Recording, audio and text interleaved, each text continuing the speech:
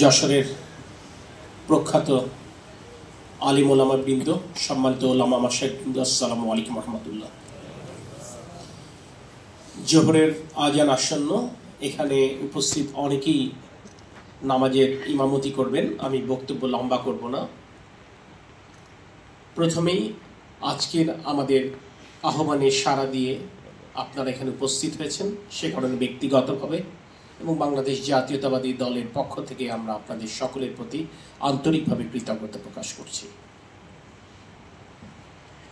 আমি বক্তব্যের শুরুতেই একটি কথা না বললেই নয়, যে কথাটি আমি প্রায়শই আমার মায়ের সাথে আলাপ করি। সন্তান হিসেবে আসলে আপনাদের প্রতি আমার কৃতজ্ঞতা প্রকাশের আসলে কোনো সীমা নেই, কারণ আমি প্রতিটি আয়োজনে, প্রতিটি ক্ষেত্রে আমি যশোরের ওলামা মাশায়েখদেরকে দেখেছি কি দরাজ চিত্তে আপনারা আমার প্রয়াত পিতার জন্য দোয়া করেন। আমি অত্যন্ত সৌভাগ্যবান যে দোয়া না চাইতেও আপনারা আমার বাবাকে স্মরণ করেন প্রতিটি আয়োজনে, এবং তার জন্য আমরা যতগুলো আয়োজন করেছি সেখানে আপনারা অকুণ্ঠ চিত্তে, অত্যন্ত প্রতিকূল সময়ও, যে সময় আসবার জন্য শঙ্কিত হতে হতো, কুণ্ঠাবোধ করতে হতো, সে সময় আপনারা দরাজ চিত্তে আপনারা এসেছেন এবং সেখানে দোয়ায় শরীক হয়েছেন, যার যার জায়গা থেকে আপনারা হাত তুলেছেন। সে কারণে সন্তান হিসেবে আপনাদের প্রতি কৃতজ্ঞতা প্রকাশের আমার কোনো শেষ নেই। আমি আপনাদের প্রতি আবারও ব্যক্তিগতভাবে এবং আমার পরিবারের পক্ষ থেকে কৃতজ্ঞতা প্রকাশ করছি। সত্যি কথা বলতে, যশোরের আলেম ওলামাদের সামনে দাঁড়িয়ে যখন আমি কথা বলি কিংবা কোনো আয়োজনে যখন তাদের সাথে বসি, আমার বলতে কোনো দ্বিধা নেই আমি আসলে একজন রাজনৈতিক কর্মী হিসেবে কখনোই তাদের সামনে দাঁড়িয়ে কথা বলিনি। যশোরের আলেম ওলামাদের সাথে আসলে আমাদের পরিবারের দীর্ঘদিনের সম্পর্ক। আমি মনে করি সেই সম্পর্কটা অত্যন্ত গভীর এবং অত্যন্ত দৃঢ়, এবং সেই সম্পর্কের সূত্র ধরেই আমি মনে করি যশোরে বিএনপির সাথেও আলেম ওলামাদের একটি আন্তরিক সম্পর্ক গড়ে উঠেছে। তাই রাজনৈতিক পরিচয়ের ঊর্ধ্বে আসলে এখানে যারা উপস্থিত তারা কেউ আমার শ্রদ্ধেয় মুরব্বী, কেউ আমার চাচা, কেউ আমার ভাই। আমি কোনোভাবেই মনে করি না এখানে জাতীয়তাবাদী আদর্শে বিশ্বাসী বলে আপনারা এসেছেন। আমি এভাবেই ভাবতে চাই, আপনারা যশোরের আলেম ওলামা বৃন্দ, আপনারা যার যার কর্মক্ষেত্রে কাজ করছেন সুনামের সাথে, আপনারা আমাদের আহ্বানে সাড়া দিয়ে এসেছেন আমাদের দুটি কথা শুনবার জন্য এবং আপনাদের কথা বলবার জন্য। আজকের শিরোনাম যদি আপনারা খেয়াল করে দেখেন, এটি নিছক কোনো শিরোনাম নয়। বাংলাদেশ জাতীয়তাবাদী দল এটি বিশ্বাস করে দীর্ঘ 16 বছরের ফ্যাসিবাদ বিরোধী যে আন্দোলন, এই আন্দোলনে বাংলাদেশে ওলামা মাশায়েখদের প্রত্যক্ষ অংশগ্রহণ ছিল। বাংলাদেশ জাতীয়তাবাদী দল বিএনপি বিশ্বাস করে ফ্যাসিবাদ বিরোধী আন্দোলন চূড়ান্ত পর্যায়ে পৌঁছানোর ক্ষেত্রে, ফ্যাসিবাদ বিরোধী আন্দোলন সফলের ক্ষেত্রে আলেম ওলামাদের, ওলামা মাশায়েখদের রক্তের একটি চূড়ান্ত অংশগ্রহণের মাধ্যমেই এটি নিশ্চিত সম্ভব হয়েছে। এই কৃতজ্ঞতা বোধ বাংলাদেশ জাতীয়তাবাদী দলের রয়েছে। ঠিক যেভাবে বাংলাদেশ জাতীয়তাবাদী দল বিশ্বাস করে সমাজের সকল শ্রেণী পেশার মানুষের সম্মিলিত অংশগ্রহণের মাধ্যমেই গণ অভ্যুত্থান সূচিত হয়েছিল। এটি সমাজের কোনো বিশেষ শ্রেণী, বিশেষ কোনো ক্লাসের অংশগ্রহণ নয়। বিএনপি এই কাজটি করবার চেষ্টা করেছিল গত 16 বছর।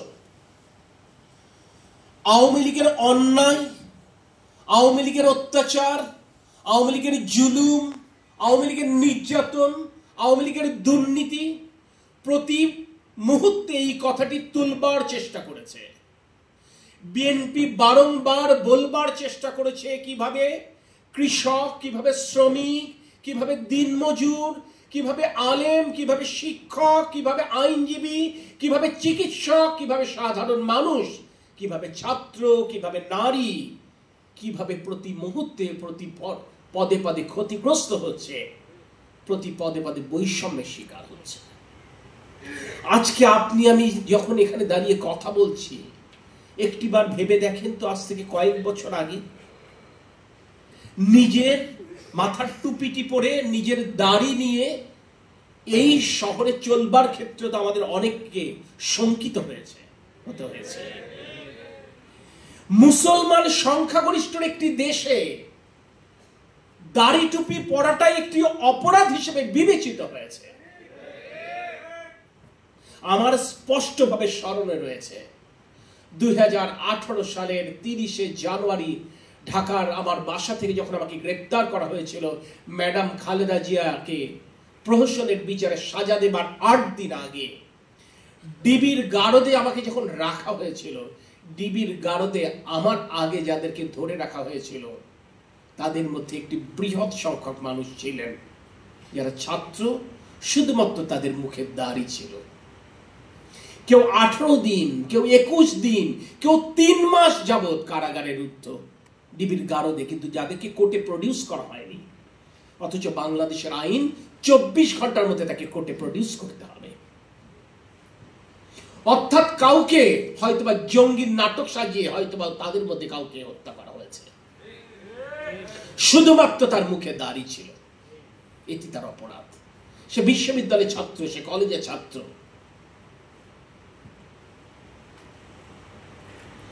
এইরকম একটি পরিস্থিতি শেখ হাসিনা তৈরি করেছিল, এরকম একটি পরিস্থিতি আওয়ামী লীগ তৈরি করেছিল। বিএনপি এই কথাটি বারংবার বলেছে। বলতে বলতে সমাজের সকল শ্রেণী পেশার মানুষ উপলব্ধি করেছে যে হাসিনা কত বড় ডাইনি, হাসিনা কত বড় ফ্যাসিস্ট। এটা যখন উপলব্ধি করেছে তখন সকল শ্রেণী পেশার মানুষ এক বিন্দুতে মিলিত হয়েছে এবং তারপরেই গণ অভ্যুত্থান সূচিত হয়েছে। আর তাই আজকে এই গণ অভ্যুত্থানের পরবর্তীতে যখন বিভিন্ন রাজনৈতিক দল গণ অভ্যুত্থানের কৃতিত্ব দাবি করেছে, একমাত্র বিএনপি যে গণ অভ্যুত্থানের কৃতিত্ব দাবি করেনি, বরঞ্চ গণ অভ্যুত্থানের সফলতার এই কৃতিত্ব সমগ্র দেশবাসীর সাথে ভাগ করে নিয়েছে। আমাদের প্রিয় নেতা তারেক রহমান 5ই আগস্ট রাতে সমগ্র দেশবাসীর সাথে এই সফলতা কিংবা কৃতিত্ব ভাগ করে নিয়েছে। এখানে আমার সামনের কাতারে যে আমার শ্রদ্ধা আলেমবৃন্দ বসে রয়েছেন, তাদের সাথেও আমার পরের দিনও কথা হয়েছে আমার বাড়িতে, কিংবা আমরা রেল স্টেশন মাদ্রাসায় পরবর্তীতে কথা বলেছি। অত্যন্ত প্রশাসনিক শূন্যতা বিরাজ করেছিল প্রথম 3 মাস। যশোরের আইন শৃঙ্খলা পরিস্থিতি স্বাভাবিক রাখবার ক্ষেত্রে আমরা তো আপনাদেরকে সাথে নিয়ে, আপনাদেরকে পাশে নিয়ে আমরা কাজ করেছি এবং আপনাদের সাহায্যে, আপনাদের সহায়তা নিয়ে যশোরের আইন শৃঙ্খলা পরিস্থিতি স্বাভাবিক রেখেছি। 2024-এ শারদীয় দুর্গা উৎসবের আগে আমি তো আপনাদের সাথে নিজে গিয়ে কথা বলে আপনাদের কাছে আহ্বান করেছিলাম আমার প্রয়াত পিতার রেফারেন্সে, যে আমার আব্বা তো বাবরি মসজিদ যখন হামলা হয় আপনাদের সাহায্য চেয়েছিলেন। আপনারা তো সেদিন আমার বাবাকে সাহায্য করে প্রতিটি পাড়া মহল্লায় মাদ্রাসার ছাত্রদেরকে দিয়ে পাহারা বসিয়েছিলেন। সেদিন তো ইসলামের সৌন্দর্য নজির স্থাপিত হয়েছিল যশোরে। সেদিন তো আমরা দেখিয়ে দিয়েছিলাম ধর্মীয় সম্প্রীতির নজির বাংলাদেশে যে রয়েছে সেটি তো আমরা প্রমাণ করে দিয়েছিলাম যশোরে। তাহলে আমরা কি এই সময় আবার এইরকম একটি নজির স্থাপন করতে পারি কিনা? আপনারা ঠিক গত বছর কিন্তু আমার এবং আমাদের আহ্বানে সাড়া দিয়ে সে নজির স্থাপন করেছিলেন। আর তাই এই কিছুদিন পূর্বে জন্মাষ্টমীর যে শোভাযাত্রা, সে শোভাযাত্রা মাননীয় স্বরাষ্ট্র মন্ত্রণালয়ের স্বরাষ্ট্র সচিব এর উপস্থিতিতে আমি বলেছিলাম, যখন সবাই আমার দলের সুনাম করছেন, আমি সেই মঞ্চে দাঁড়িয়ে বলেছিলাম যে না, কৃতিত্ব শুধু আমার একা কিংবা আমার দলের নয়, আমাদের সাথে সেদিন ইমাম পরিষদের সম্মানিত নেতৃবৃন্দ আমাদের পাশে থেকে কাজটি করেছিলেন। প্রিয় ওলামা মাশায়েখ বৃন্দ, আপনারা বলেছেন, আমি শুধু একটি কথা বলতে পারি, রাজনীতি করবার জন্য নয়, নির্বাচন করবার জন্য নয়, সস্তা জনপ্রিয়তা পাবার জন্য নয়, দুটি ভোট বেশি পাবার জন্য নয়।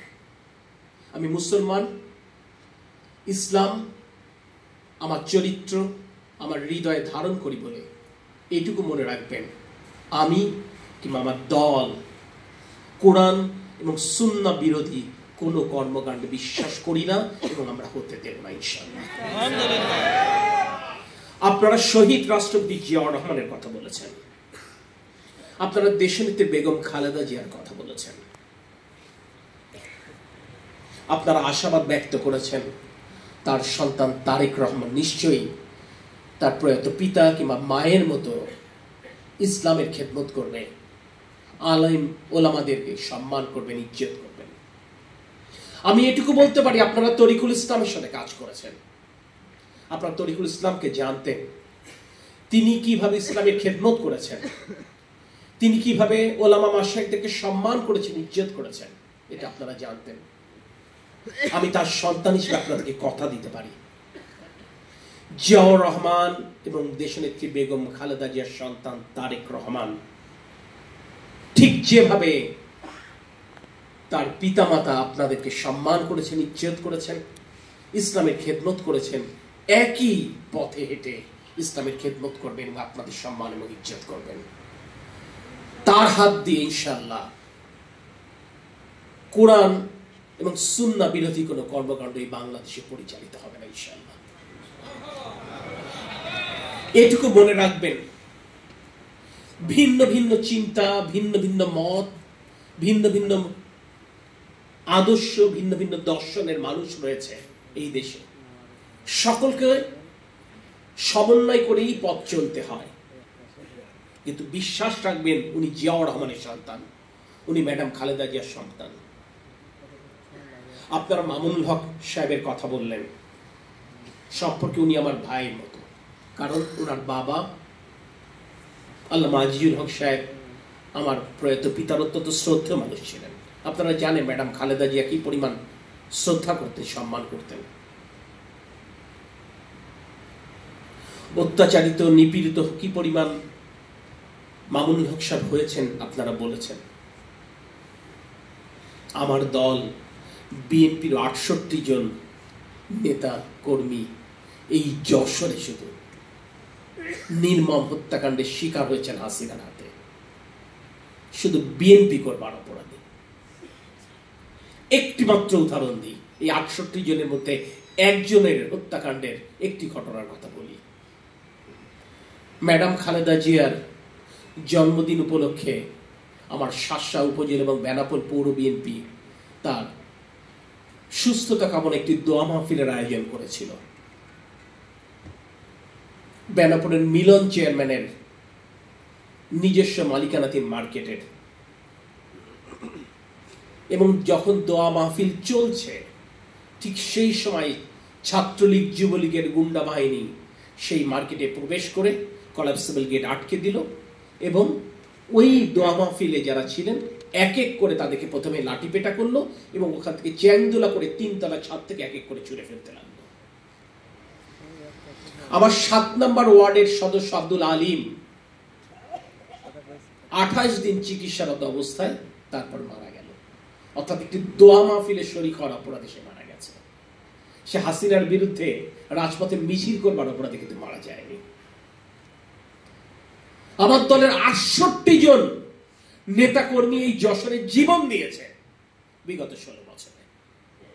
আপনারা বলেছেন হেফাজতের এই ঘটনায় নান্নুর কথা যে মারা গেছে, নান্নুর জানাজা যেন অনুষ্ঠিত হতে পারে সেজন্য আমার দল সর্বতভাবে সেদিন পাশে ছিল।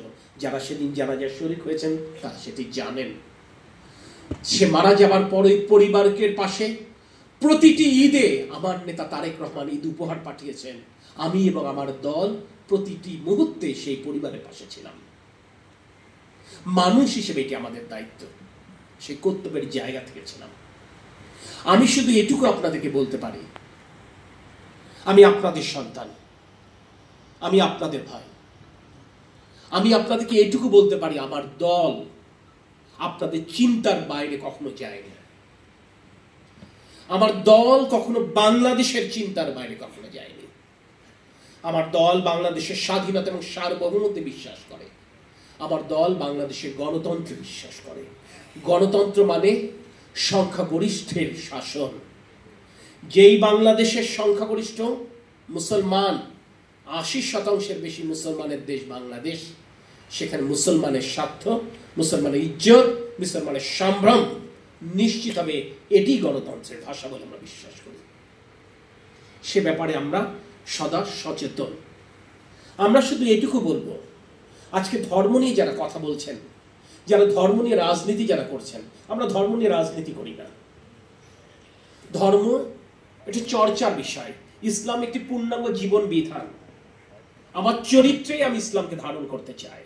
রাজনীতিতে আমি ইসলামকে ব্যবহার করব, আর আমার চরিত্রে আমি ইসলামকে ধারণ করব না, এটি ইসলামী শিক্ষা নয়। আমি আমার চরিত্রে ইসলামকে ধারণ করি। রাজনীতিতে ইসলাম ব্যবহার করবার প্রয়োজন নেই। আমরা ইসলামের চরিত্রে বিশ্বাস করি কি করি না, এই শহরের মানুষ যারা আমাকে চেনেন, যারা আমার নেতৃবৃন্দকে চেনেন, আমাকে বুঝে নেবেন আপনারা। তারপরেও তো আপনারা নিজেরাই বলেছেন, আমি বলিনি, আপনারাই বলেছেন, শহীদ রাষ্ট্রপতি জিয়াউর রহমান বাংলাদেশের সংবিধানে বিসমিল্লাহির রহমানির রহিম সন্নিবেশ করেছেন। তিনি আরো কি সন্নিবেশ করেছেন? মহান আল্লাহ রাব্বুল আলামিনের উপর বিশ্বাস এবং আস্থা, এই কথাটি উনি লিপিবদ্ধ করেছেন। আমি সেই কারণে আপনাদেরকে বলতে পারি যে সংখ্যাগরিষ্ঠ মুসলমানের এই দেশে মুসলমানের স্বার্থ সংরক্ষিত হবে এবং ইসলামের যে শিক্ষা, সেই ইসলামের সৌন্দর্য অনুযায়ী আমরা চলব। আমরা জোর করে কারো ধর্ম পালনে আমরা বাধা সৃষ্টি করব না, বরঞ্চ আমরা আমাদের আচার আচরণের মাধ্যমে, আমরা আমাদের কর্মকাণ্ডের মাধ্যমে, আমরা আমাদের ব্যবহারের মাধ্যমে আমরা অন্য ধর্মের মানুষকে ইসলামের প্রতি আমরা তারা যেন আকর্ষিত হয়, আকর্ষণ অনুভব করে, এরকম একটি পরিবেশ তৈরি করবার চেষ্টা করব। আমি আপনাদের সকলকে আবারও আজকের এই আয়োজনে আসবার জন্য, আপনারা উপস্থিত হয়ে এই আয়োজনকে সমৃদ্ধ করবার জন্য, বিশেষ করে আমি মনে করি এখানে যে সমস্ত মুরব্বীরা এসেছেন তাদের উপস্থিতি আমার জন্য বিশেষ করে একটি দোয়া, আমি সেটি মনে করে আজকের আমার এই বক্তব্য শেষ করছি। আল্লাহ হাফেজ। বাংলাদেশ জিন্দাবাদ।